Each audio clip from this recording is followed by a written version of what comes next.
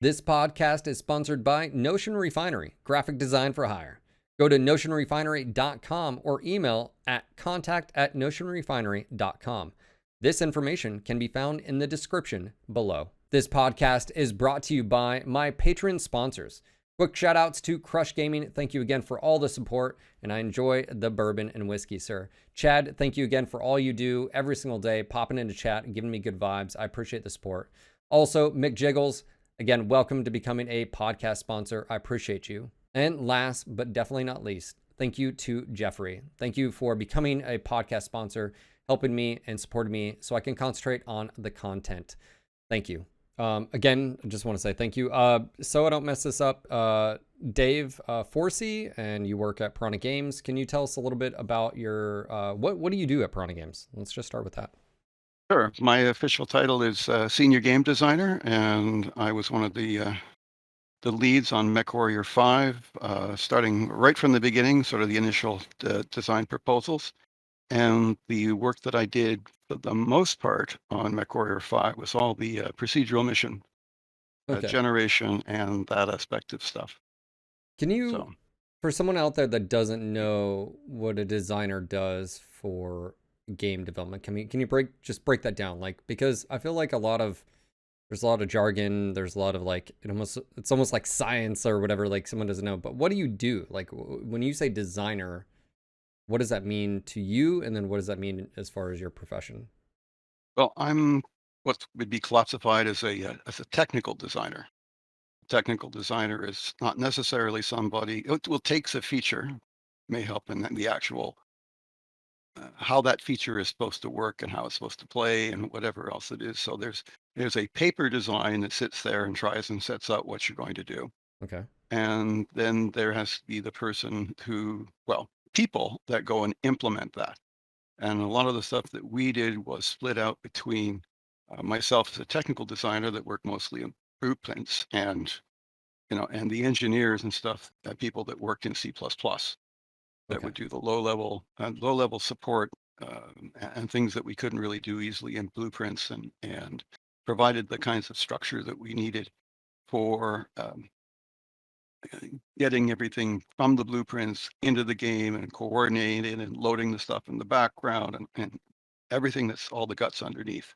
And so I filled a intermediate role, which was between sort of the paper design and sort of implementing what that feature is going to be at the blueprint level, working with coders to actually get the guts of it working, and also working with a level designer that to sit down and do other assets, and also, of course, with artists to do assets and the other kinds of work who are also technically designers.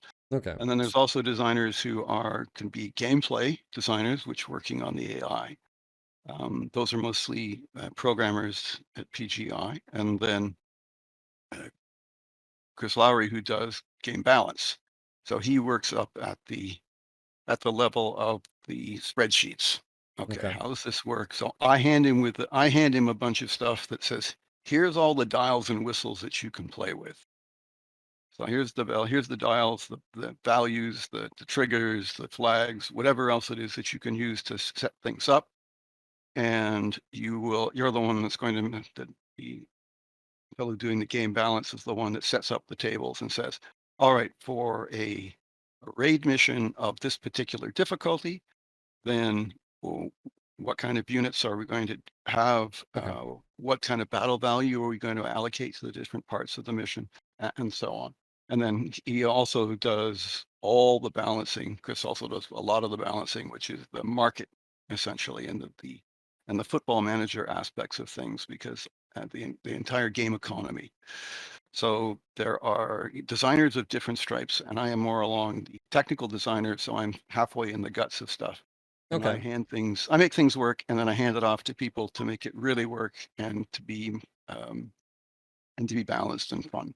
Gotcha. So like if, for instance, you're like, we have weapons, and then you design a weapon. What is a weapon? What does it do? And so forth. And it has these attributes. You would design all that.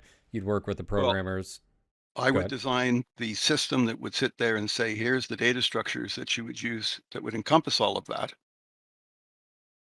and work with the programmers to make that happen so that the proper weapons and every stuff get mounted. And Okay. then the balance guy, the other people, somebody else who doesn't have to know anything about blueprints, basically can fill out a spreadsheet that says, Spreadsheet.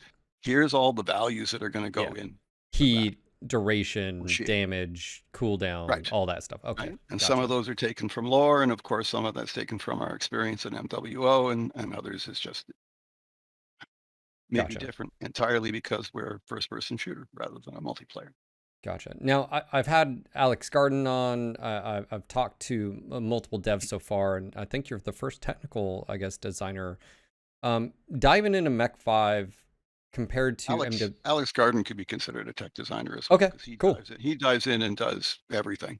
Okay. So So when you first started the project, what was there, I guess, dive down the difficulties, or like was there differences of MWO compared to Mech 5? Obviously, you guys were learning a new engine as well. That's different as well. I don't know if that changes anything from a technical perspective. I mean, pipelines, well, I guess, right? we're all trying to learn and desperately with the editor itself isn't as it's just kind of basically new and it's not even as stable as it is Yeah. now.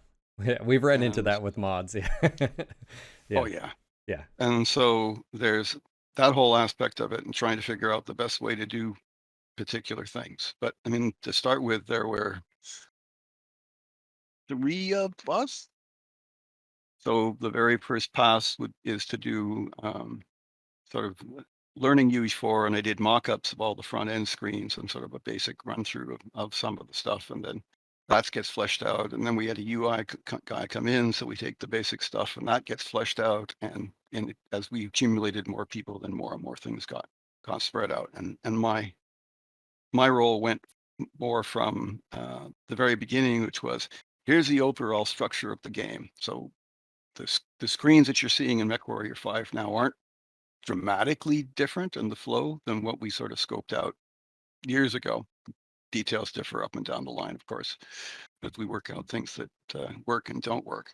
And then I proceeded to more specific stuff. So, I mean, I prototyped a lot of stuff. So prototyped some of the original buildings. Again, that whole system changed. I did all the falling over trees, and I think that whole thing is being rewritten. So I did a bunch of stuff that's been completely either torn out, thrown away, or rewritten But along but the that way. has to be a part of that's a part of the process, right? Like Yeah, I mean, when that's we only had 4 or 5 people, then everything got put together, and then moved, and then a lot of that initial stuff was working um, to get the procedural mission stuff together because we had a vision of work where we were trying to get it so that the level design, people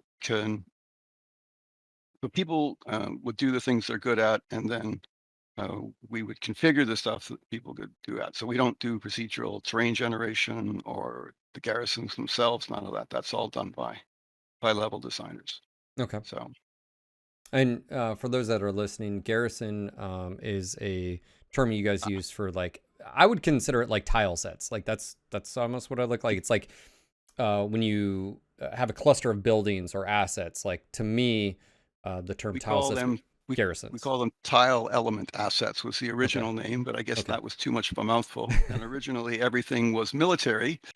So in the first variation, so people just got to calling it garrisons, and it kind of stuck. Gotcha. Because So yeah. so there's two levels that are happening. I don't know whether you want to get into the procedural generation stuff now, Yeah. I mean, but I just want the conversation flow. So like, sure. I think we can get there, but like, so basically, it just sounds like when obviously you start from the ground up. You're saying there's prototyping just to see what it looks like, see what works, what doesn't work, and how to build a foundation for that. Is that pretty, Yep. accurate? Yep. Can Right. we do this at all, for Okay. example?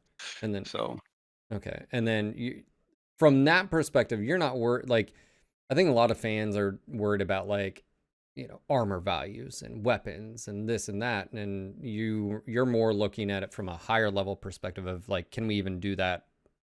How does it even work, right? Like, especially coming I in I from CryEngine. hand I hand Chris the machine, and the machine has got a bunch of dials and values and everything else that you can set. And then Okay. so I hand you a mech or it would hand you a mech, and so the data structure that says, here's all the cooldown values, or here's the internal structure and the whole of that. And then that skeleton gets filled out for each mech variant, for each weapon, for however many kinds of things that we've got going on that. Okay. And Now, I and my stuff was mostly again on the mission side. gotcha. So Yeah. So obviously, I have so many questions from what was the like? Because I haven't talked to you directly, and obviously, you guys have just launched the DLC, right? The first DLC. There's so much stuff behind the scenes, like AI and procedural generation, and not to mention Xbox and like diving into cleaning up, making it more efficient so you get 60 FPS and all that. I have so many things to dive into, but like the looking at Mech 5 from where it was when it launched on EGS to now, what has that been like for you? Like, and what is that what was the task given to you, from launch on EGS till, I guess, this past launch and May 27th? Like, what was your task primarily? Was it to do all those things? Do you have to break it down into so I certain didn't do subjects? much in the AI aspects of things. So we had a new mission type, the Beachhead.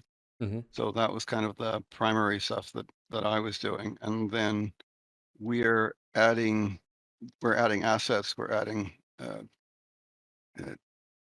testing work. And of course, our schedule got kind of changed because we set up a bunch of stuff for doing things in September. And then, of course, we got acquired. So that kind of changed Sure.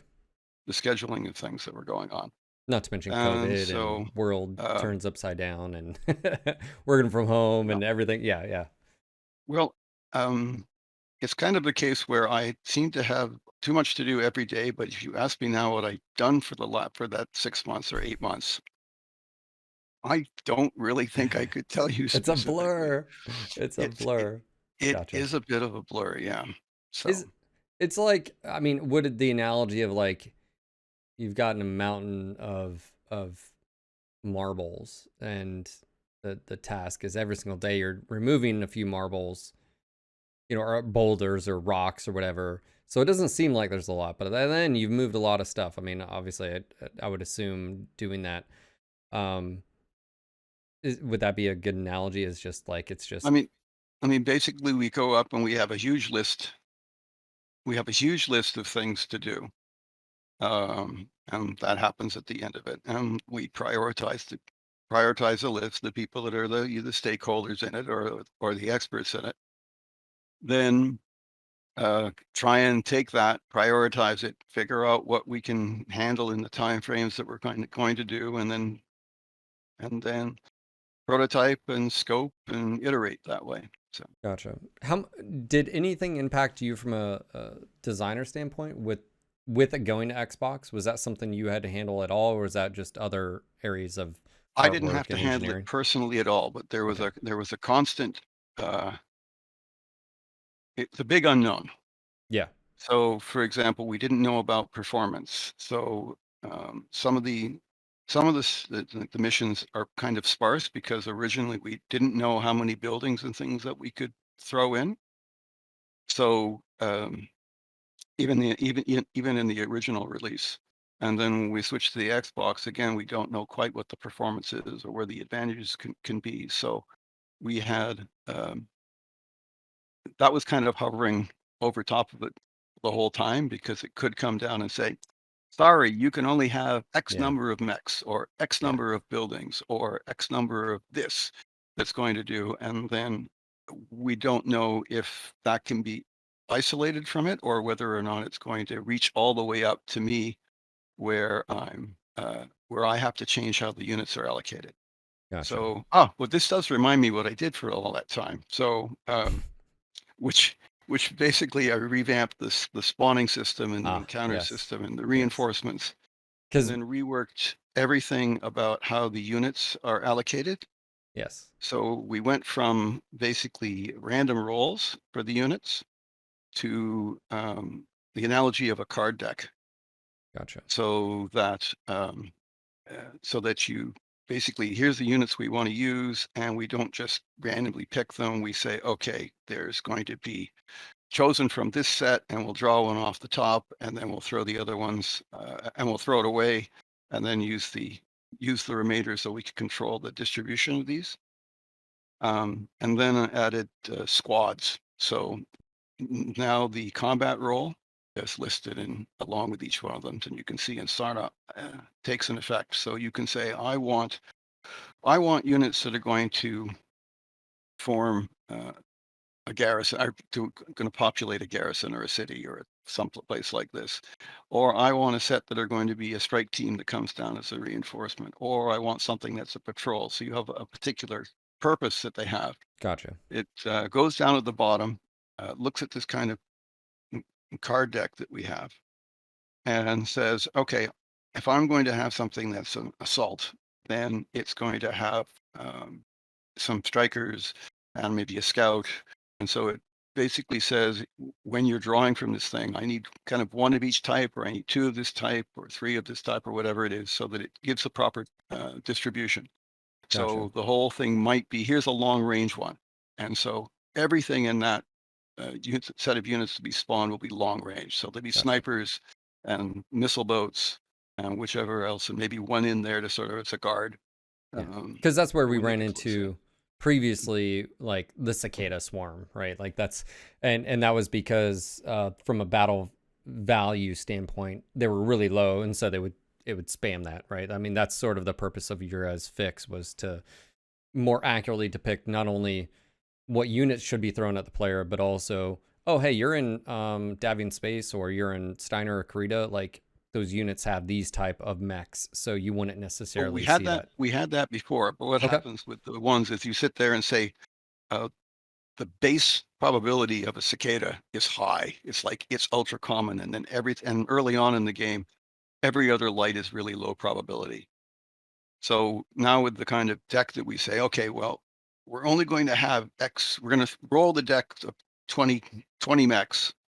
And for the scouts, we're going to make sure that only, well, even though the probability is 90% that you're going to have a cicada, I don't know what the actual numbers Sure, are. sure. We're gonna limit that and make sure that only 50% of them are going to be cicadas. Okay. And so that's an example of the kinds of dials I would hand Chris to say, here, now we've got this, you can give me these definitions of squads and the things that go in them, a number of units that go in them, Gotcha. and can can tailor the kind of response and the kind of mechs that are all going to show up together Gotcha. as a lance in your opposition. So those lances would work well, so forth and so on, engaging Yep. you, right? So it makes sense. Okay, that makes, yeah. Um, so from that design perspective, as far as um, tweaking what units get spawned at you, not to mention the not only what, but the level of difficulty. Can you talk about? It's one thing I actually don't know, and this would be a good question for you. I don't know the AI and AI units, because like all units have a max. Well, if they have it like 60, how does AI work as far as the difficulty and as far as even friendly AI units? Can you break that system down? Because that's something that A little bit. I don't know. I mean, a lot of what's happening with the AI is based on the pilots that are there. So the Okay, pilots have a set of skills, and which sort of determines, the percentage of times that they're actually going to hit what they're sure, aiming to hit. We also put something in. So there's a number of modifications to that sort of chance to hit, since we could always do it 100% if we wanted to. sure. So we set it up so that the probability drops a little bit depending on how your lateral speed relative to the AI. So it's harder to hit some. So if things moving right towards you or right away from you, there's no penalty. But there's a penalty if you're going, at 90 Okay, degrees arc or circle strafing. So it's going to be harder for the AI to do. And I mean, it's littered with stuff like that. gotcha. So Okay. I don't no know what I worries. was talking about. So okay, so that was AI and the breakdown as far as like that. So Yeah, I it, didn't have much to do with the AI except okay, with a little bit of the original, again, the original outline of how we kind of want them to behave. okay. So So which So as far as that's regard, you popped into Twitch chat in the past few weeks. Obviously, DLC. You have Beachhead. Um, Obviously, with Beachhead, one of the things that I was experiencing, I don't know if it was a bug during one mission because it was a part of one of the hero quests or whatever. But one of the things that got brought up was from I noticed that the artillery would only bombard the player. And I asked about that, and you said, yeah, we did that because if it bombarded the AI, they're not very good. So it's supposed to bombard the player. And then it got into some other topics, and I was a little bit frustrated. And you said, like, hey, like a Chest of Broken Dreams, like we wanted to add waypoints and we wanted to do these things. And so like, I wanted to just ask you, like, what are your thoughts on that as far as like Beachhead? And for those that don't know what I'm talking about is, you don't have really the ability for you to issue commands via the mini map, or even if you blow it up, and you only have X amount of commands for, attack my target, form on me, hold fire, stuff like that. So yeah. I just I mean, wanted this to is what I ask you. mean by Chest of Broken Dreams, Okay. because that is, I mean, when you looked at the stuff, this is the first thing that anybody thinks of, right? So that thing that you described right there was in the original design outline, Okay. sitting there and be able to click on the map and go do stuff on it right there. And we even had more. If you remember Dragon Age, right? Dragon Age had this little programming thing, and one of the Dragon Age ones where you could sit down there and then order the types of attacks that they would use and whether they would hold back or go forward and Sure. whatever else it is. So it was a tiny, very tiny programming language. Would sit down there and you could instruct all your lance mates or the people in your party about what they would do. Cool idea. Not going to happen with the team. So that goes into that Chest of Broken Dreams where that would be really cool, but we either don't have the scope. But the Chest of Broken Dream also holds things where, well, that was a cool idea, but it turned out to be not such a cool idea. Sure. So, so, um, and this is just something that you have as a designer. Every designer has this. They have ideas. They have thoughts. They have ideas are really, really cheap. They're easy to build. They're easy to do. They're maybe tougher to implement, and unfortunately, they're really almost impossible to verify. Okay. So when it comes But to that, would it be, it's impossible because of the time investment, which means money investment? Is it more of well, just how do you this? run A/B tests? How do you sit down there and have first have a representative group Okay. of testers that you can get all the stuff out, let alone the logistics of doing all that and dealing with a prototype and then instrumenting it. And then how are you sure that your sample or whatever else is actually reasonable?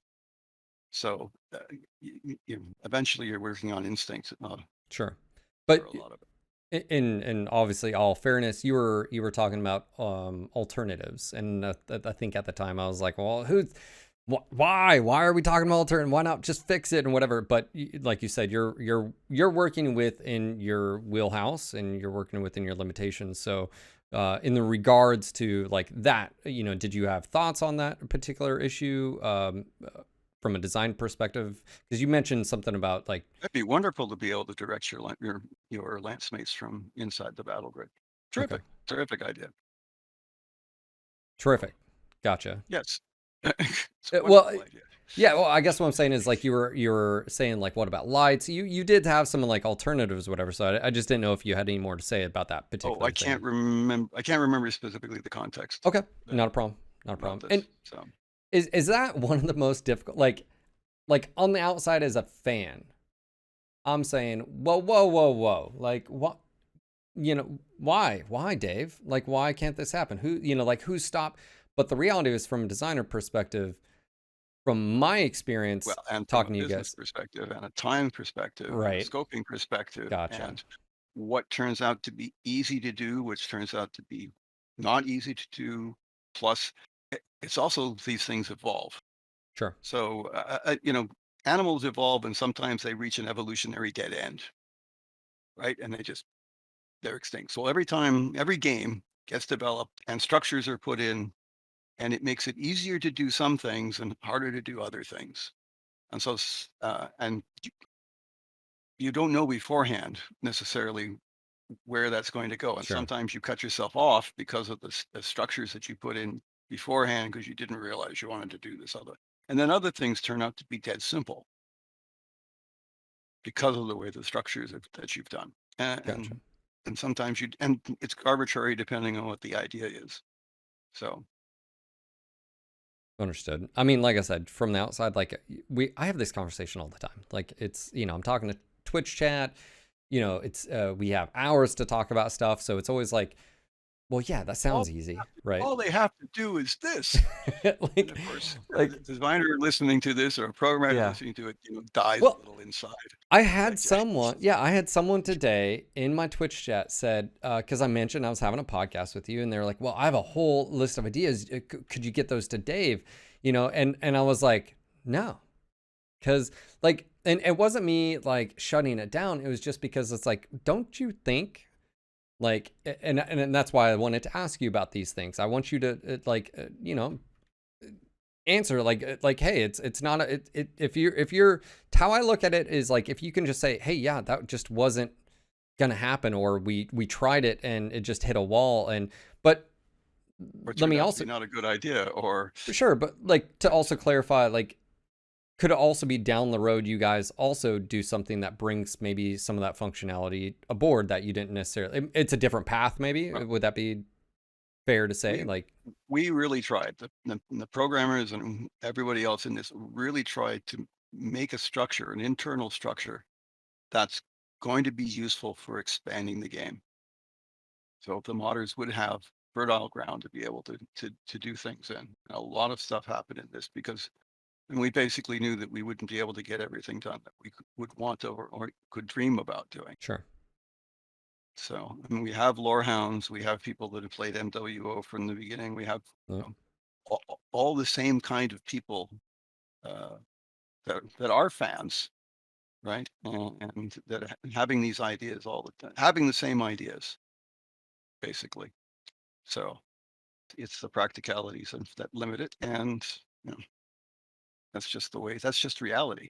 Gotcha. So, Okay, so I'm gonna dive into something that I think is, I don't know if the term is controversial, but can we, because you might have been involved, are you involved with the Mech Lab and the design from there? Like the just initial way back in, but I'm not haven't been involved with okay. the Mech Lab. Okay, so like obviously from a design standpoint, it's quite interesting because I'm not going to talk specifically about Mech 5 because I think I've done quite a bit of that. I wanted to just pick your brain about it and just us talk about it, because what's interesting is like being a Mech fan, Mech 2 and Mech 3 were actually very much just basically the tabletop build rules, which nullified any variants, nullified any lore really, because you could do pretty much whatever you wanted with any mech, like it didn't matter, right? And obviously MWO is unique where it takes aspects of Mech 4 as far as hard points, and it takes crits. And then you guys did a similar thing with Mech 5, and I just wanted to pick your brain, like your thoughts on the Mech Lab. And again, this isn't, if you're not involved, you're not involved, but just the idea of, Well, I mean, this can go back to the kinds of sets of ideas. So we can go back and we can talk about all sorts of different ways that you could approach it. So originally we had. I don't want to keep saying originally because I mean this happens with sure, every game, sure, right? There are your design docs coming out the wazoo. They explore a dozen different things. So mech techs at one point were a thing, and yep, the idea that the mech techs would also ramp up in skill set the same way that the pilots do. Then they would have skill sets that would change according to what things they worked on. They would start gaining skills. There would be packs that would allow changes in variants or changes of hard points. So your football manager stuff would also going out and finding the mech techs and working them up and getting to the point where rather than just being able to arbitrarily put anything anywhere you wanted, there would be some gameplay in that, which sure, is, oh, I go into some place and there's a tech that can upgrade a cooling system or has refitting skills that if you went into an industrial hub and got a refit kit from it, then you could do X, Y, or Z to the chassis that you've got. So the notion of sort of being able to slap in anything anywhere. I mean, that was done in the original games basically because they didn't have the scope to do anything more. Gotcha. Because it was easy to put anything in anywhere. Sure. Yeah. So I mean, and as far as regards to Mech 5, what's unique is like I think a lot of people, even myself included, and I've been pretty vocal about this, is like I actually don't mind the restrictive mech lab if, for instance, like I get it from a like lore standpoint, like, oh hey, yeah, just FYI, like you have a leopard. That's not a like it's not a facility where you can tear down a mech and redo yep, like the inter. Same thing, like again, that was our original attitude, right? you That know, this is something that yeah, you had done at an industrial hub and a place. sure, I mean, given the lore, right? yeah, These makes are sense, magic. These are yeah, magic things, right? They're yeah, not. They're going to these shops that they find, which contain black boxes and lost tech that produces the mechs, and there's parts that they don't know how to build anymore, right? sure, sure. So, It, yeah, so yeah, it needs an and that's fair. industrial hub to do that. And it's the same thing. Like, I mean, I served on a tank, and it's like, we weren't going to be modifying the Yep. tank. Like, we weren't going to be doing that. But like, you can imagine, okay, Although in World War II they did things like this, sure, so they had yeah. things like weld prows on the front, Oh, go through yeah, hedgerows, yeah, all this other yeah. kinds of But stuff, those are which was you're not changing like engineering and no, structural like aspects of it. It's the same thing. Like, no, uh, because you'll just break it, or It's yeah, just- yeah, something.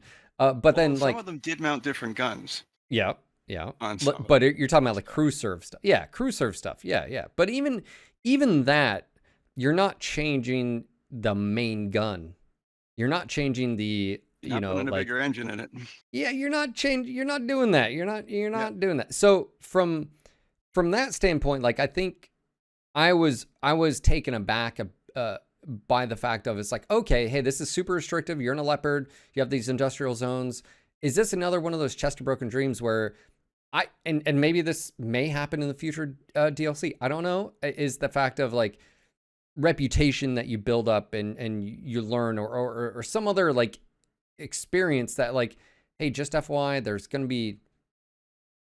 be places you can go and it may be super expensive or it may just be very rare.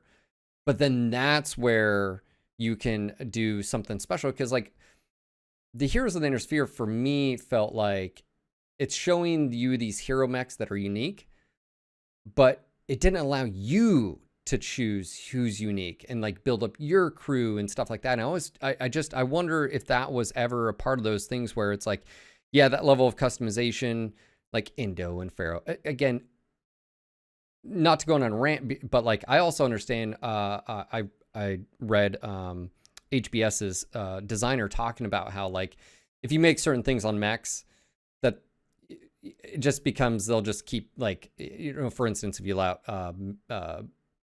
your player to pick like starting mechs, they'll just keep restarting until they get the mechs they want, right? yeah. Right, yeah, yeah. So like I get the player behavior as well too, but I just wondered from like is that one of those things where yeah, it possibly could happen in the future, or it's like, yeah, it's just from the scope of things, it's just it just didn't align and it was just tossed out or something like that.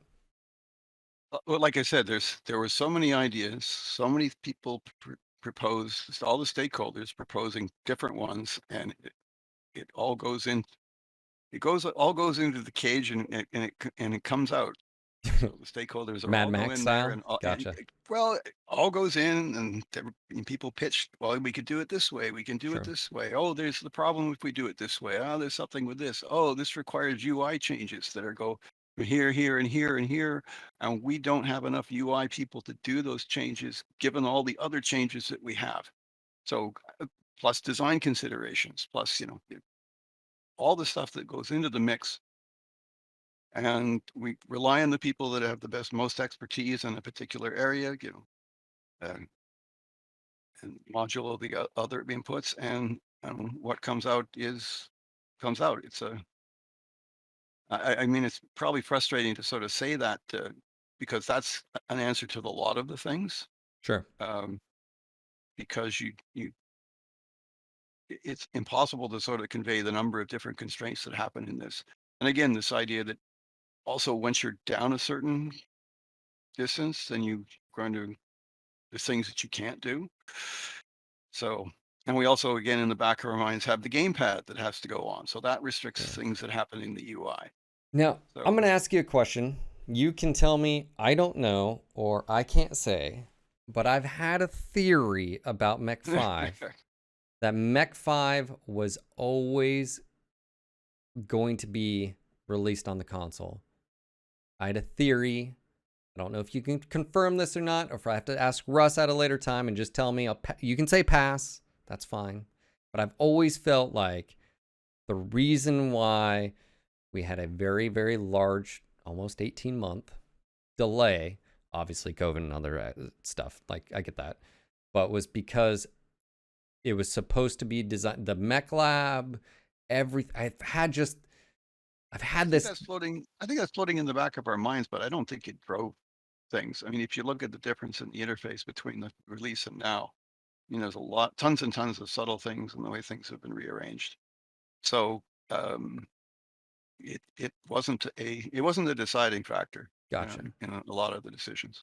But I mean, definitely, it's certainly a case where if we do it this way, it's going to completely prevent any chance of any gamepad ever doing this yeah. kind of stuff, right? But that's a boundary at some edge, which any designer is going to have floating around in the back of their Gotcha. head. You're So, not confirming, but you're also not denying. And I need to ask Russ that. Understood. Understood. well, like I said, there's the number of different factors that go into every decision is kind of Yeah. mind-boggling. So, But you also don't want to limit yourself maybe down the road. That would yeah, be fair. Gotcha. Understood. like I All said, right. we don't want to evolve in a direction that means we're at an evolutionary dead end. Gotcha. So, Let's talk about so you mentioned Beachhead and missions and stuff like that. I think from my standpoint, and I've said this plenty of times, I feel like missions are probably the most important thing to Mech 5. yep. And one of my criticisms has been the repetitiveness. And what's interesting is when we started deep diving into Mercenaries, our mod, we talked a lot about that. And we talked about basically why don't they have secondary or tertiary objectives? So, And then this is there's a complex, but not a very satisfying answer to all this. And okay, the base answer is that in fall of 2018, I was diagnosed with cancer. okay, Stage 4, metastasized melanoma. 2 brain tumors the size of grapes, 1 on the back of my back the size of an avocado, and 6 spread out to the rest of my body. Melanoma has a less than 4 it was a 4 to 9 month death sentence. 5 years ago, that's what it was. I was dead. So, but in the 10-year survival rate for melanoma, metastasized melanoma was 0, less than 4% at 5 years. And so this is November, a year ahead of the release. yep, And so I get treatments, and it works. I get the immunotherapy, and I'm pretty well clear kind of 6 months later. But it's also a case where you can look clear, and then 2 months later, it can just burst out and do that. So you can imagine the situation where the architect of the entire procedural stuff in there, and we had one other junior designer that was building the things like this. And you can think of the, the managerial effort of sitting there and going, well, what can we do here to minimize risk? And the whole thing of producing tons and tons of variants of this, where, because you can think of a traditional testing, right? Okay, here's the mission flow. It goes from A to B to C to hmm D, and it does this. And if it does something different, that's a mistake. And then we go back and say, okay, well, this is a little too tough, and we parse one thing off, and we parse the other one off. But with the procedural generation system we have here, there are literally millions of combinations of the terrain and how things get put together and how things spawn. And so if you add into that, 5 different kinds of ways that a particular mission can flow, then it becomes quite a task to sit down there and comprehensively test all of that. And that became, I and I simply wasn't in a mental space to be able to to to deal with that and to set things up and properly and to instruct people about how this is different. And so it's all on me for I think fairly reasonable reasons. I Yeah, I think we'll waive that one. and I don't but think again, Yeah, I don't think do better, Dave, is in regard to that one. Yeah, no, yeah. yeah, So yeah, it basically meant that the scope went down to something that we could, and this happens with game development, sure, period. It comes down to a point where if we if we can throw resources at it, or we know that this is going to work versus something where, oh, this could be cooler, but there's less chance of it working, or there's more risk, then you go with this. And this is a horrendous risk situation. So and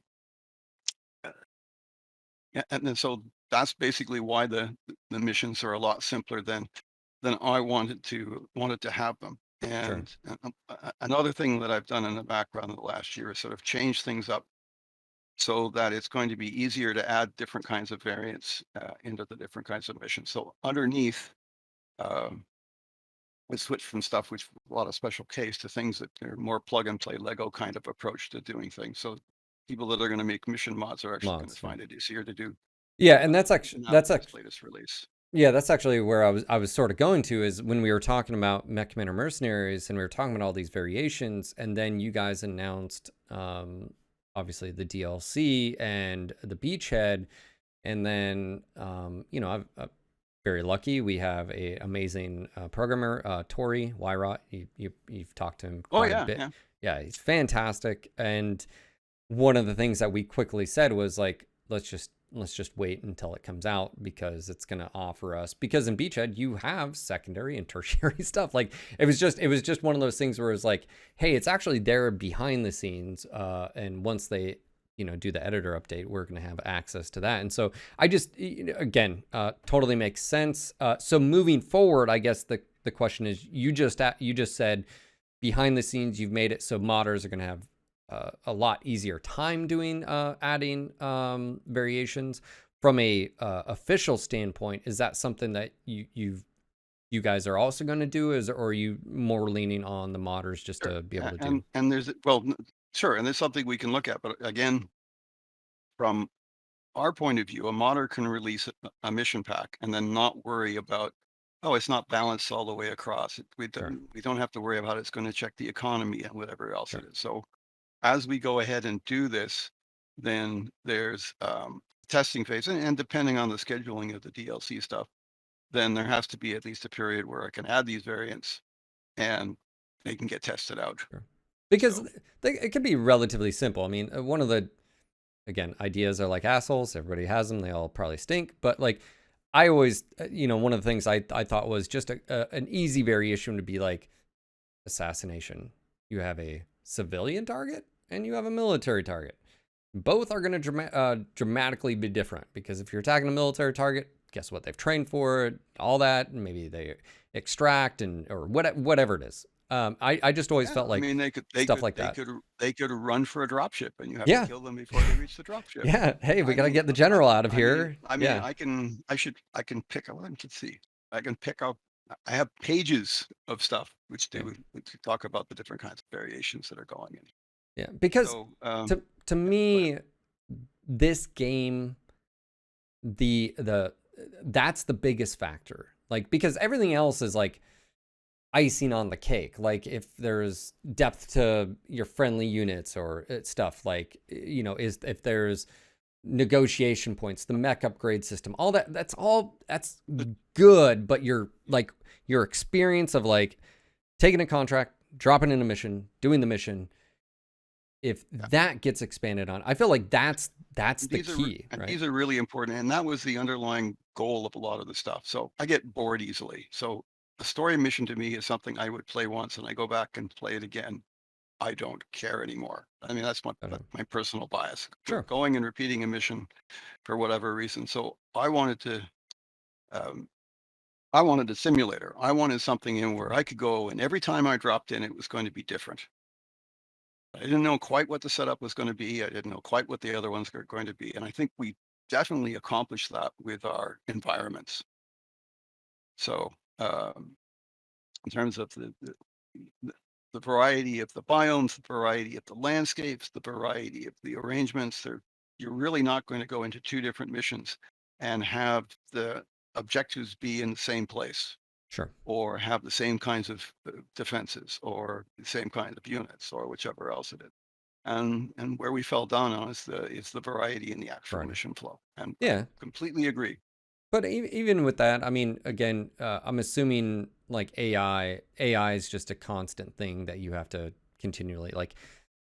You can have super hard AI, but I think like a lot of people, for instance, a locust running straight at you or something like that and just, dies. A lot of people are like, hey, if you're a locust pilot, I wouldn't be doing that. Like, I just, I'm running out. But then on the flip side, if you had a VTOL with 4 AC2s circle strafing someone at 1,000 meters and they had SRMs on the mech, seems pretty penalizing. So I don't envy you guys in that instance of like what that means, and designing, like, how do you design around that to where it's like, There's player and there's, and the player has a say in that because they would go into something with, 4 mechs that have SRMs and get pinged by the VTOLs and realize you can't do that.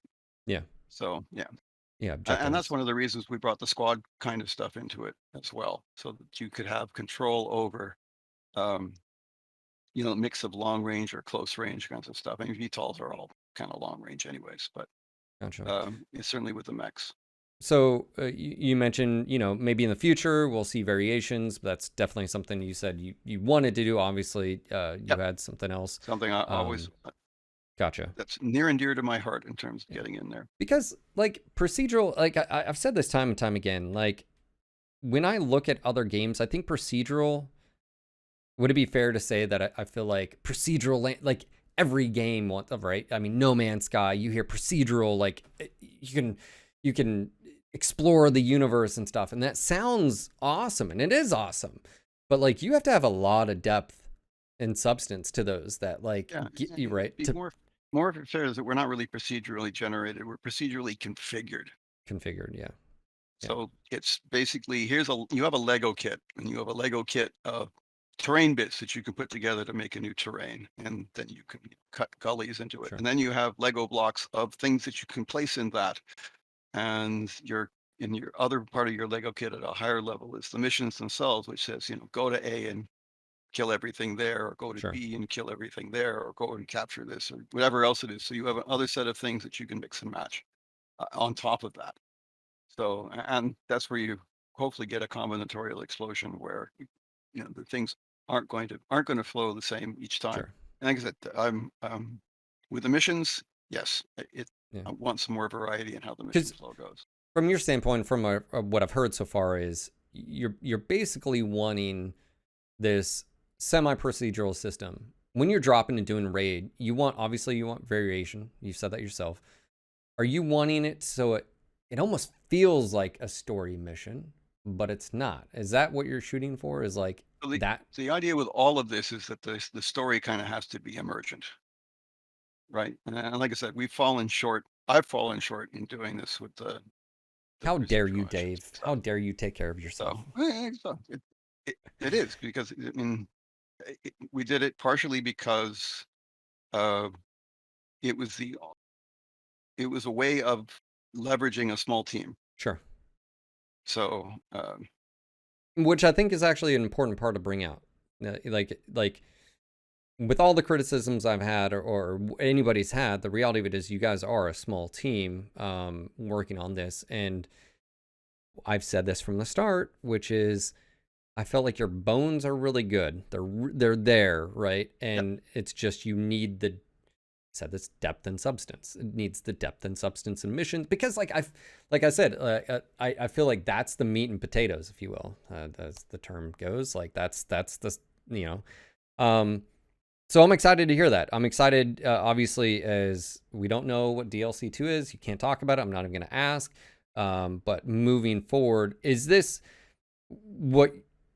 something that's just going to be base game level that you update, or is this going to be tied into, like, for instance, Beachhead and the new DLC and stuff? Is it going to be a little I bit of don't know. both? I don't know. Okay, I may have to make it work, and then gotcha. Understood. Let's talk about a few other things. AI when it comes to your friendlies and so forth on that. Do you have any feedback or from your friendly AIs? Like, I want to name my pilots after my Twitch viewers, and then I want to get them killed right. because that's how That's I more roll. fun. That's Yeah. yeah, you know. Is that going to be a possibility? Also, because I've already asked Tori, and he thinks we can rename him. So from a I'm just thinking from an official standpoint, but also, the level cap. It's an interesting thing because I want a connection with my pilots, and as of right now, I don't feel that connection. It's like Pokemon. Oh, that guy's a 45, and my guy's a 35. I'm just gonna hire the 45. Oh, then I found a 55, and then okay, 60. Like, and then it's in game. There's no connection. If they died, I wouldn't feel bad. It's like Decker and HBS BattleTech. You Yeah. know, it I is mean, what it it is. would be like I said, there's more ideas. It would be great if your, pilot popped up a screen and said, I have to go help my family, so I need a leave of Ooh, absence, right? Like I ooh, said, these ideas just are there, sure. right? And then that comes out and said, okay, well now you have a choice of following your pilot guy and going on a little side quest that sits there and does that. But I mean, that's Is again, that these are feature all creep? Is that what that's called? Feature creep is like uh, design creep. Feature creep. Is that? it's uh, it's a surplus of good ideas. Yeah, So, or ideas. I don't know because you can't really tell sometimes until you actually implement it whether it's a good sure. idea or not. So I guess like But I think with who's any feature you come up with, I'm sure we could sit down here or you could sit down with somebody else and come up with a dozen or 2 dozen different sure. variations. I mean, it's like let's tonnage limit, for example. Ooh, yeah, No, people don't like tonnage limit, but it's an important in terms of the flow and getting people to move into different areas and things like this. But and you have a mod that just removes tonnage limits. you But do. a gameplay approach to that would be to have the tonnage limit being something that was related to the guy that hired you is only willing to spend this much on fuel because it costs like exponentially more to lower another 150 tons into the atmosphere and out again. So he will pay for this tonnage. And if you go above the tonnage, then well, you have to fork out to do that. And then that becomes a gameplay thing where you can sit down and decide that every dollar I go over, and maybe it's an exponential, whatever else it is that Sure, has to be improved. sure, So, but we can come up, they could be salvage on that. They sure, could be, you could trade other kinds of things that you could go into sure. that, that it becomes just something where I don't like my tonnage being limited. Let's just remove them into something that becomes a gameplay element. Because And there's probably two or Football three different Manager. ideas floating around there. Yeah. That's Football Manager at that. Like, the negotiation points are just Football Manager at that point. Even if you had an increased tonnage and it took away negotiation points, my retort to that would be, I see where you're coming from, Dave. My thing would be, I think it's arbitrary in that the gameplay when you're dropping down on the map should determine, oh, I did that assassination mission you were talking about, Dave, and I took all assault mechs. I also set off an alarm that alerted the general. The general just ran the extraction point, and I couldn't get there in 2.5 minutes because I'm all assault mechs. Ergo, maybe I want to take a little Yeah. bit faster mechs. Like, that's how I look at it. Like, Oh you yeah. know, I mean, and yeah. and I mean but that comes in again to the notion of when you don't have control. So, for example, um, one clear variant on all these missions is to put a time limit on it, Ooh, yeah, yeah, right? Okay, well, but I have the distances between everything. I can have the same map that has a gully between the two yeah, objectives. yeah. So there's a pathing distance that has to change. So being able to sit down and say, here's an arbitrary map. What's a reasonable time limit to put down there when all this is generated? So, yeah, so there's a kind of a challenge in doing Oh no, that but kind of thing. you just brought something up that I didn't even think about. Yeah, so I mean, I just feel like when it comes to that, this is good information for people because like even map size, like that's something. Like by the way, have you guys pushed the limits? Is that like the biggest maps? Because some of the maps are quite big, some of the maps get smaller. Have you guys like have you guys hit the theoretical limit as far as like the So Xbox? the theoretical limit is based on, would you believe, floating point numbers. So physics, if you get more than, well, 8 kilometers is reasonable, but if you get more than 8 kilometers away from the origin, the floating point calculations get wonky and things won't behave correctly. So there's an actual limitation in Unreal, and we didn't do anything with the dynamic loading of levels and Gotcha. repositioning. So there's Yeah. that happens. That's where that would Uh, be like where you getting closer to the edge of a map, it would dynamically spawn another. Like that's yeah, the and idea, right? then it also has to tote everything back to the origin again as well. So it has to do that dynamic, because what happens is if you get roughly 10 kilometers away, then the calculation that puts you 15 feet ahead when you were sitting at the origin of the map puts you 15.5 or 16 feet away when you're 10 kilometers away from the origin, because of floating point round off and other kinds of numerical analysis kinds of things that go on. So the way our levels are set up, that's 10 kilometers is about a hard limit. And then there's other limits that are going to happen because of the Xbox or the PC. Also, min spec machines, right? Yeah, but you could just tell them to stop being cheap and buy new computers. No, I'm not going to say Get that. good, huh? Yeah, get Yes. good, get good. I Especially right now, GPUs and CPUs. That sounds like a great idea. Everyone should be able to find one of those.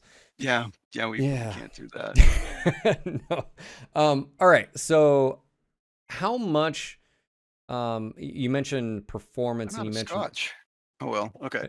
Hang on. Go ahead. Go Switch get to more water. scotch. Yeah, I have go to get. switch to water.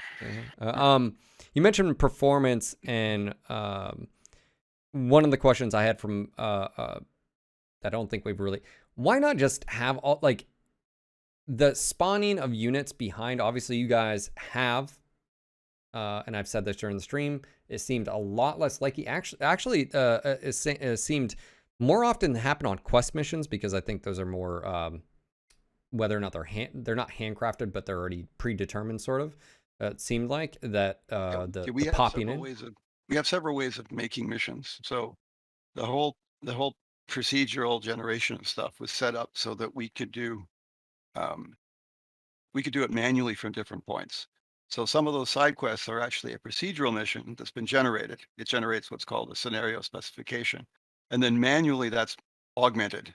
The terrain gets changed, or the units gets changed, or some of the flow gets changed, and it gets basically modified from that. And then there are story missions that are pretty well unique, that are built from the ground up, um, as custom work.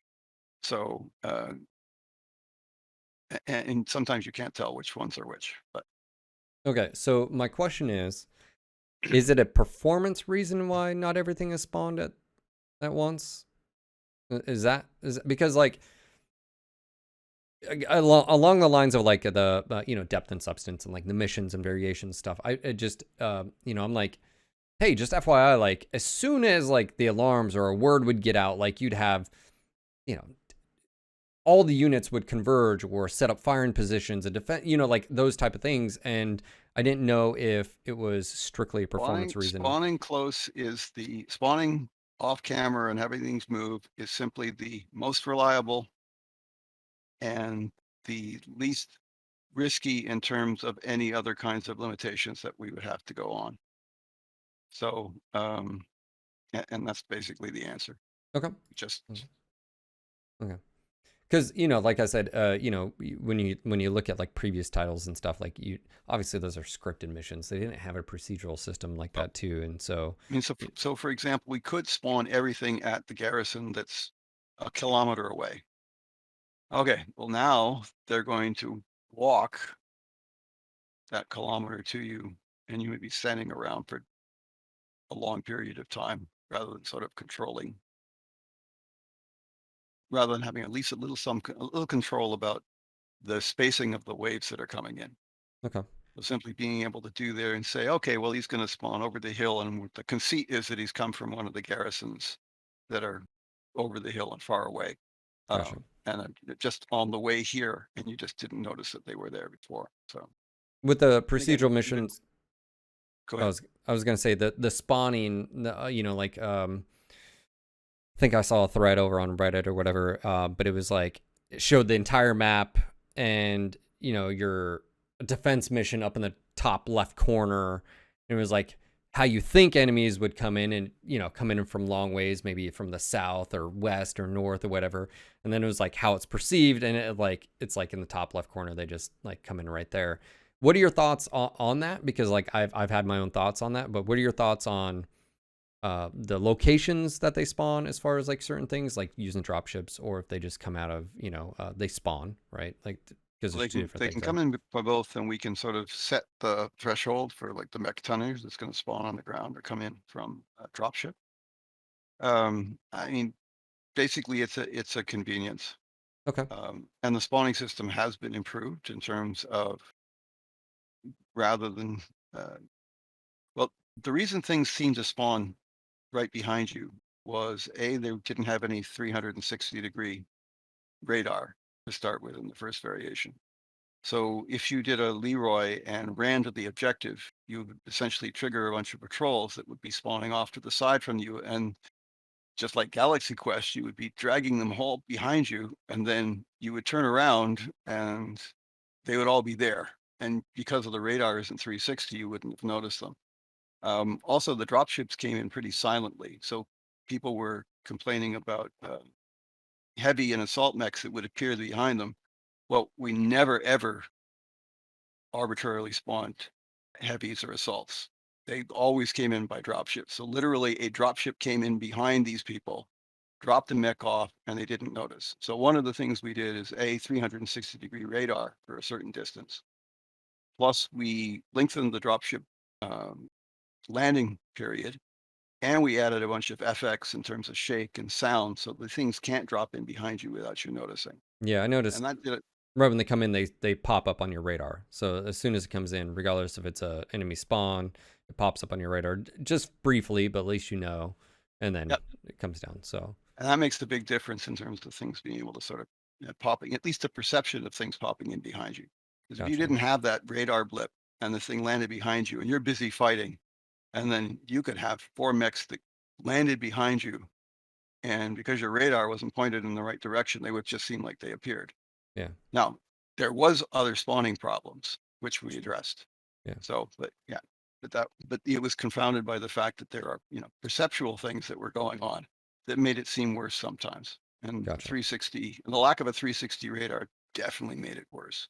Yeah, and I think what's tough too is like you throw in the fact of because it's Mechwarrior, like you do have front and you have rear armor, and when you have something spawn behind you, obviously, and you're already weakened, like you can do the best you can, keep your front towards the enemy, and then if something comes behind you and you had no idea, you know, like, and Yeah, it was there, right? situational awareness, I mean, is really, really important, right? Sure, sure, sure. But I mean, that's also why I turn off friendly fire with you know, a mod, because Yeah. you know we could get into that of, but I feel like that's one of the most important mods. Have you guys ever thought about just adding an option to just other than, I mean, again, you could say, well, just leave it to the mods and that's fine or whatever, but just an option like in the like, oh yeah, turn off friendly fire. I'm sure we thought of it, but I wasn't privy to the decision process. All right, so whoever you I was are making these decisions, we need to talk. Whoever you are, because So like I said, the stakeholders go in and do this, and yeah. So now, when you say stakeholders, you don't have to drop names, but I'm saying who, like, is that the top level, like, design? Is that like producers? Is that like it'll be the, the person who's an expert in the implementation, the person who's got the experience or the knowledge about the actual design and gameplay aspects of it as well. okay, well, we need to sit down So with that person so too. So, basically you have a design proposition, it will go in for its design review, and then it goes in for a tech review, which sure. says, is this really feasible? how much effort is it going to be to implement this? What are the repercussions? How is this going to affect other systems? So Okay. every idea goes through these stages where you're sitting there and have to integrate it into the whole. This is a great segue because I feel like I had this pop in my head earlier. What is Mech 5? Is it a looter shooter? Is it supposed to be a lore? Like, do you see what I'm saying? Like, because I feel like that sort of like influence, is this supposed to be more of a simulation? Is this supposed to be, is it What just was a it? I football think Russ manager? called it an arcade sim. Hmm. So it's kind of a hybrid. Um, But do you see what I'm saying? yeah, Like, because yeah, like, it I feel does. like that's a really important question of like, whoever, like whoever's waving the wand as far as like directing things, it's like, what are, like, because to me, the meat and potatoes is you taking contracts and you dropping, and you want as much variation there as possible. And how I look at DLCs coming in is like, I would say DLC should be heavily story driven and stuff like that. So they could go out on that segue, do their thing, and guess what? When they're done with that, because they're always going to get done with the story stuff, they come back to the career mode and they continue doing their thing, Yeah, I right? mean, did tons of stuff from the release until the DLC one, and certainly the career mode versus campaign was a huge effort that's going in to do all of that, and the design and work of all of that. Certainly changed the whole part of the game and made it a much better game, clearly. So, yeah, I mean, it evolves. These things that don't, what do they say, that no plan Survives first survives the first contact. Yeah. contact. Yeah, And it doesn't just happen in a it's the same vacuum. thing. Yeah. What obviously there's many things we can dive into. Some of them you have no connection with.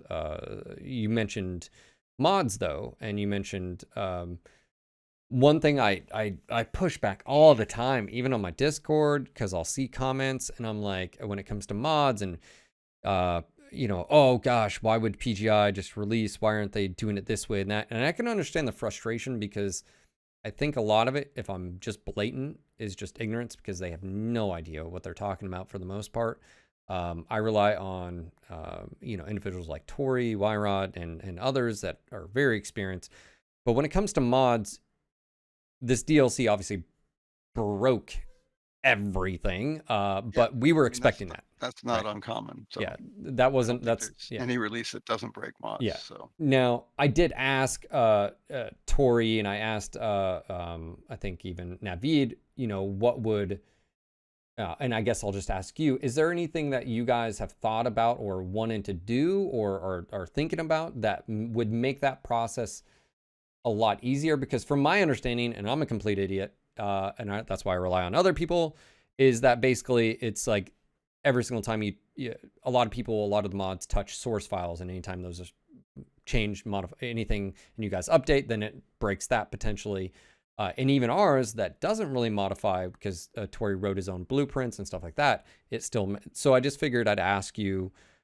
You mentioned you guys did a lot of stuff behind the scenes, but I just figured if you had any comments or like wanted to dive into that topic of I the wasn't mod scene. involved. All I know is the programmers sweated blood to try and make sure the modding stuff works and to try to improve at least some of the underpinnings of how the modding was working and could work. So, but I don't know any detail. Has there been anything that Kudos surprised to you them. out of the mods? Or has it just been like, oh Uh, yeah, I expected that to happen? I was glad they made a couple of mission ones because there's and then it was done so simply. So that was rather encouraging. Um, because I wasn't sure there was anybody that would It's a be able to pretty dive in and involved do that. task. So Well, I mean, you guys released a tutorial basically on how to do that, yeah. and then like I wish we saw. I understand that. Well, if you look at some of the Coyote stuff, the things that he's done are basically are again it's a Lego block, and so the Sure, variants are basically pasting the Lego blocks together in a different order depending on a random roll.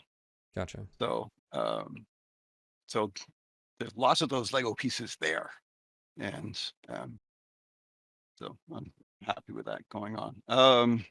I mean, a lot of the mods are in there and saying, well, we could do this because we don't care about performance. So Sure. we can, and we don't have to care about performance. This is a mod that's really only going to work. We don't care that it breaks game balance. That's fine, right? And that's just the cool thing about the mods is they can explore things without having to pay anybody to do it. Well, and But they're not so hindered. They're not hindered by, and you can, I don't look at that as a negative thing. They're not oh no, hindered it's by, terrific. That's you know, you have a boss, you work for that boss, like you have a team, you work for that team, like hey, this is what we're working on. Whereas a modder can do whatever. And then on top of that, one of the things I've always said is they can create a vision of what they think the game should be.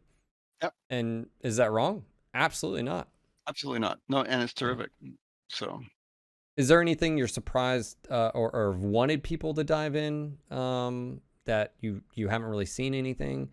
so Uh, I think the lowest hanging fruit are things called mission arcs. So a mission arc is basically says, here's a mission. Here's all the mission briefings. Here's the type of mission it is. You can sit there and say, here's a procedural mission. Here's the battle values that you're going to use for it. Here's the place it's going to trigger in the world, in the universe. Here's the difficulty level or reputation level that it's going to get triggered on. It's going to happen in this particular system, and it's going to trigger this particular mission. And when that mission happens, if you succeed, then you get a choice of other missions that could happen, or if you fail, you get a choice of other missions that could happen.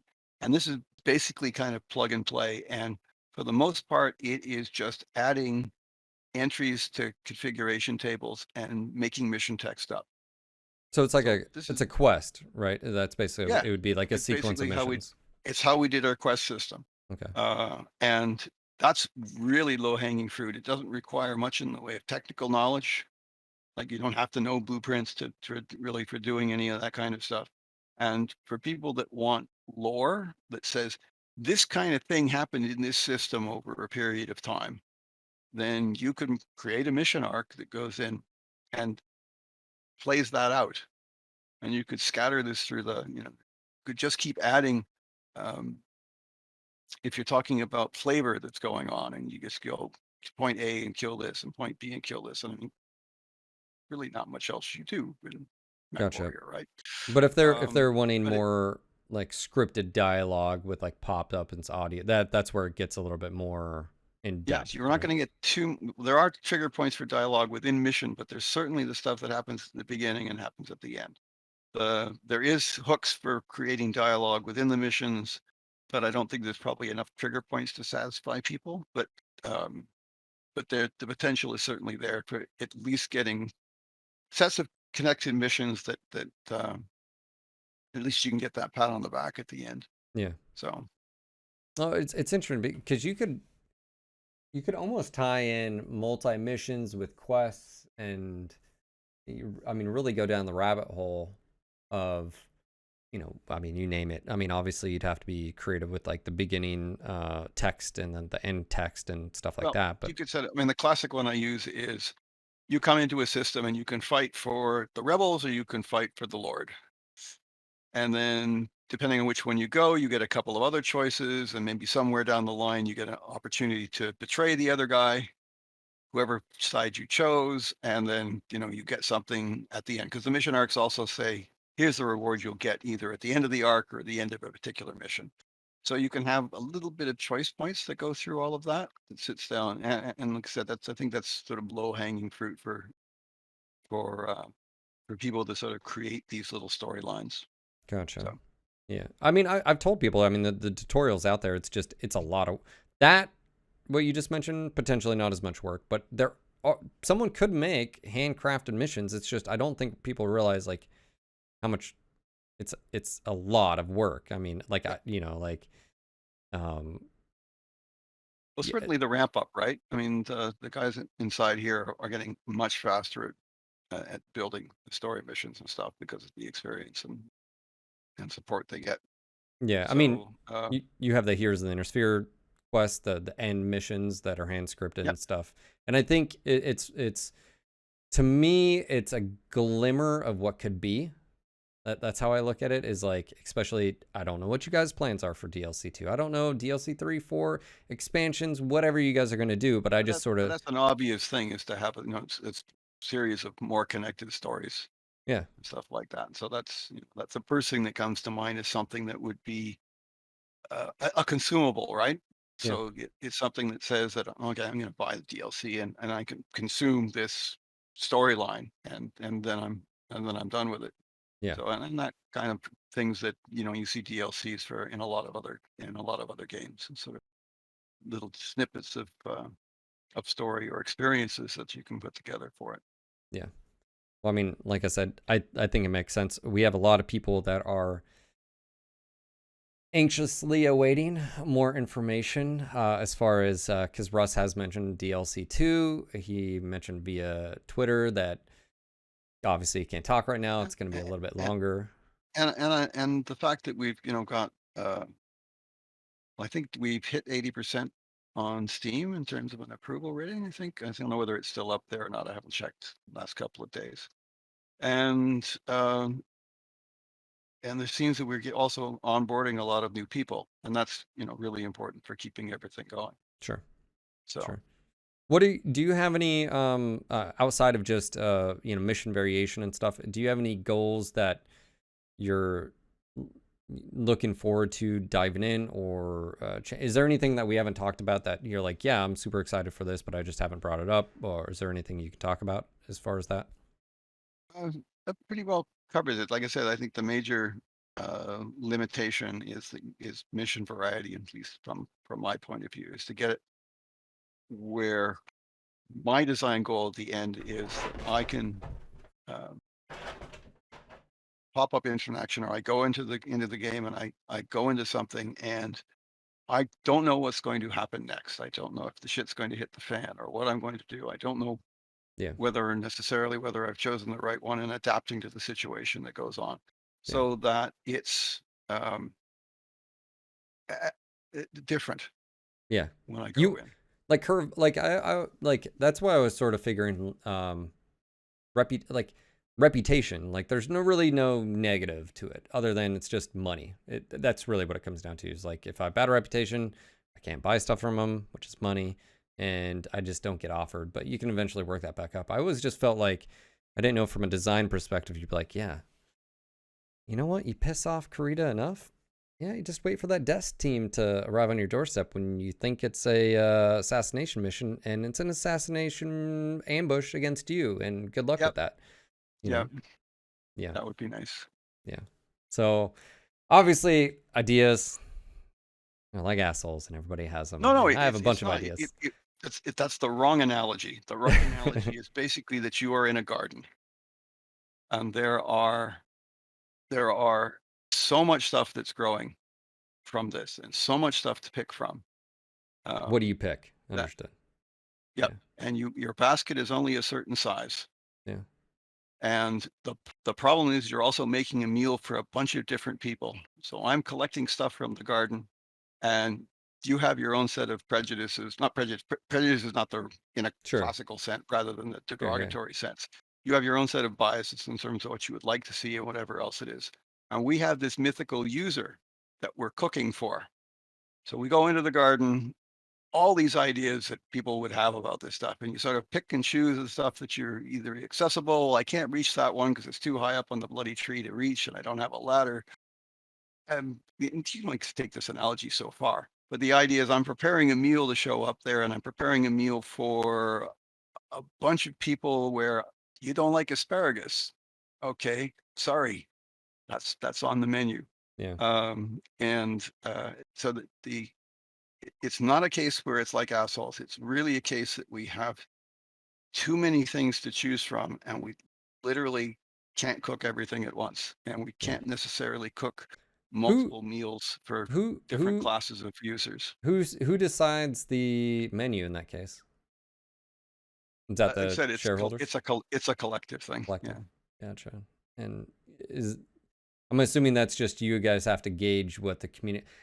That's one thing that I really enjoy with what's going on with MWO right now, which is the direct collaboration with the community. The direct, like, hey guys, we're gonna do something.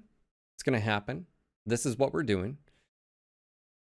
What are your guys' thoughts on that? Let's talk about it and stuff like that. And that's the reason I ask as far as Mech 5 is concerned.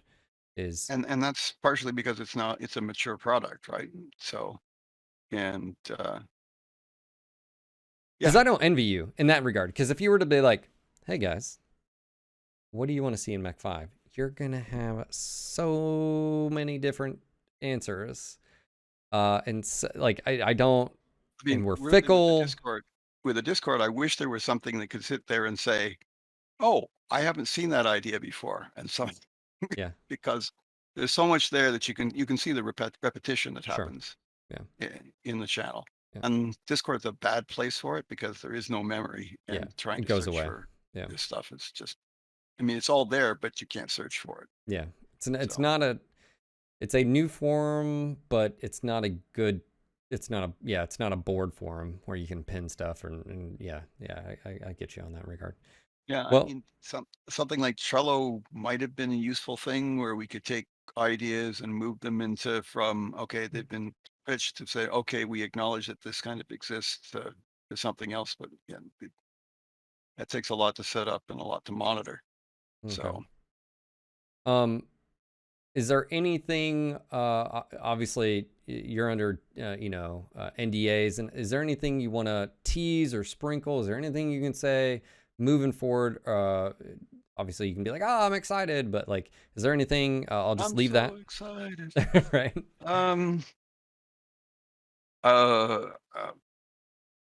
But don't answer that. It's all right. I don't think I would have to process too much to try and figure out it's all right. What would be a reasonable thing to say. But we are working on stuff. We are trying to gauge. We do look at the Discord. We do look at the feedback, even if we don't say anything particular out of it. We do take note of what people are commenting on. We also try to look at the people that are quiet rather than the people that are loud. Sure. Because there's selection bias that happens in that, right? Sure. And yeah, so we try to listen. Yeah. Well, one thing I've realized over the past 10 years is there's just not enough time in the day sometimes, and it's difficult. So first off, just want to say thanks for taking the time to being on the podcast and taking the time out of your night. I do appreciate it. Obviously, thank you. You mentioned something pretty serious earlier. Are you in remission? Yes, completely. That's awesome. I just had a brain scan a couple of days ago, actually. They do that every once in a while just to keep track of things. Awesome. That's good to hear. Yeah, it is. I'm very relieved. So we will need to send you some scotch. I think we can make that happen. I think that's okay. I had my 60th birthday a few years ago. Oh, yeah? And what do you buy for the man that has everything? Well, apparently it's scotch, because I have a table full of scotch. Well, there you go. Which my friends all helped me drink. But awesome. This is good. Thank you again for being on the podcast, answering the questions. Is there for any fans out there, is there any words of wisdom or anything that you want to leave them with at the end of this podcast?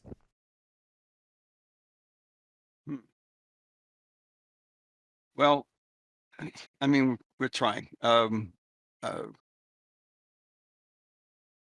think if you take the assumption that we're not completely stupid with some of these things, and literally, if something seems obvious, then there's a reason why. It may not necessarily be a good reason, but and we're trying to listen to it, and we're hoping that we can enhance the experience and improve what Mechwarrior 5 is for people, so that the modders can enjoy it, the people can enjoy it, the new people that are coming on board can also get a good experience out of it, and keep expanding that. Okay.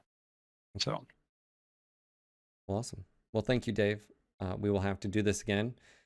to pick your brains whenever DLC 2 happens and more information. And I want to get your feedback on what you did and why. And I look forward to picking your brains as far as what you've done to variations and so forth of missions. Because I think me and you see, I think that's the meat and potatoes. So I look forward to those things. But thank you again for being on the podcast, and I look forward to No doing this problem. again. I enjoyed it. Thank you again. Okay, take care. This podcast is sponsored by Notion Refinery, graphic design for hire. Go to notionrefinery.com or email at contact@notionrefinery.com. This information can be found in the description below.